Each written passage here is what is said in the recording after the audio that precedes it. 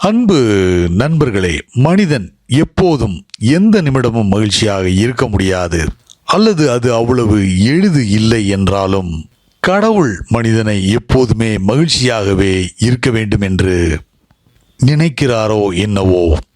ஓஷோ நம்மிடம் பகிர்ந்த இந்த அழகான சூஃபி ஸ்டோரி மனிதன் எப்போதும் வாழ்க்கையை கொண்டாட வேண்டும் என்பதையே அழுத்தம் திருத்தமாக சொல்கிறது என்றே நான் நினைக்கிறேன். வீடியோ பார்த்து முடிந்தவுடன் please don't forget to subscribe our channel.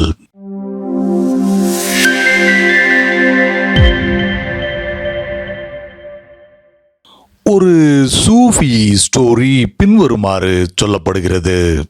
Jesus Christ ஊருக்குள் வந்தார். சில மனிதர்கள் மிகுந்த வேதனையிலும் அதிக துக்கத்திலும் உட்கார்ந்திருப்பதை பார்த்தார். இவ்வளவு மனிதர்கள் சோகமாக உட்கார்ந்திருப்பதை இதற்கு முன்னால் அவர் பார்த்ததே இல்லை. எனவே அவர், உங்களுக்கு என்ன ஆனது, என்ன பேரிடர் உங்களுக்கு ஏற்பட்டது என்று கேட்டார். அதற்கு அவர்கள், எங்களுக்கு நரகம் என்றாலே பயம், அதை நினைத்தாலே நடுக்கமாக இருக்கிறது. எப்படி நரகத்தில் இருந்து எங்களை காப்பாற்றிக் கொள்வது என்று எங்களுக்கு தெரியவில்லை. அதுதான் எங்களின் பயம், அதுதான் எங்களின் தொடர்ச்சியான துன்பம். எங்களால் நிம்மதியாக தூங்கக்கூட முடியவில்லை, ஓய்வு எடுக்கவும் முடியவில்லை.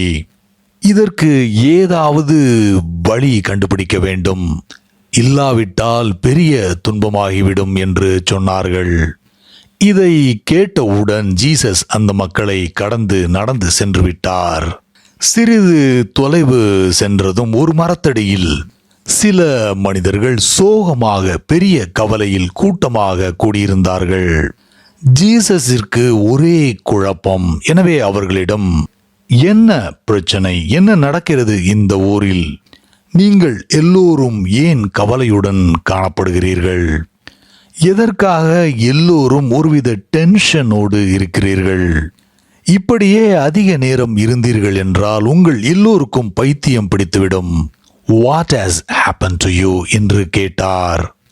அதற்கு அவர்கள், எங்களுக்கு எதுவும் நடக்கவில்லை, சொர்க்கத்தை இழந்து விடுவோமோ என்று எங்களுக்கு பயமாக இருக்கிறது, எங்களால் சொர்க்கத்திற்குள் நுழைய முடியாமல் போய்விடுமோ என்று கவலையாக உள்ளது. என்ன ஆனாலும் சரி, என்ன விலை கொடுத்தாலும் சரி, நாங்கள் சொர்க்கத்தை அடைந்தே தீர வேண்டும், அதுதான் எங்கள் கவலை, அதனால்தான் இந்த டென்ஷன் என்று பதில் சொன்னார்கள். ஜீசஸ் அவர்களையும் விட்டுவிட்டு சென்று விட்டார். எதனால் ஜீசஸ் இந்த மக்களை விட்டு சென்றார் என்ற காரணத்தை சூஃபீஸ் நமக்கு சொல்கிறார்கள். இந்த கூட்டத்தில் இருந்தவர்கள் எல்லோரும் ரிலிஜியஸ் பீப்புள். எப்படி நரகத்தை தவிர்த்து சொர்க்கத்திற்குள் நுழைவது என்பதை ஜீசஸ் இவர்களுக்கு கற்றுக் கொடுத்திருக்க வேண்டும். ஆனால் அவர்களை விட்டுவிட்டு திரும்பி சென்று விட்டார். தோட்டம் ஒன்றில் மூன்றாவது கூட்டம், குறைந்த அளவே மனிதர்கள் ஆடிக்கொண்டும் பாடிக்கொண்டும் கொண்டாடிக்கொண்டும் இருப்பதை ஜீசஸ் பார்த்தார். அவர்களிடம் Jesus, what ceremony is going on, என்ன திருவிழாவை கொண்டாடுகிறீர்கள் என்று கேட்டார். அதற்கு அவர்கள், எந்தவித சிறப்பு திருவிழாவும் இல்லை, எங்களுடைய நன்றியை கடவுளுக்கு சொல்லிக் கொண்டிருக்கிறோம். நாங்கள் தகுதியுடையவர்கள் இல்லை என்றாலும் கூட இறைவன் எங்களுக்கு கொடுத்த கொடைகளுக்காக எங்களுடைய நன்றியை ஆடி பாடி வெளிப்படுத்தி கொண்டிருக்கிறோம் என்று பதில் சொன்னார்கள். ஜீசஸ் அவர்களிடம், உங்களிடம் நான் பேசுவேன், உங்களோடு நான் தங்குவேன், நீங்களே என் மக்கள் என்று சொன்னார்.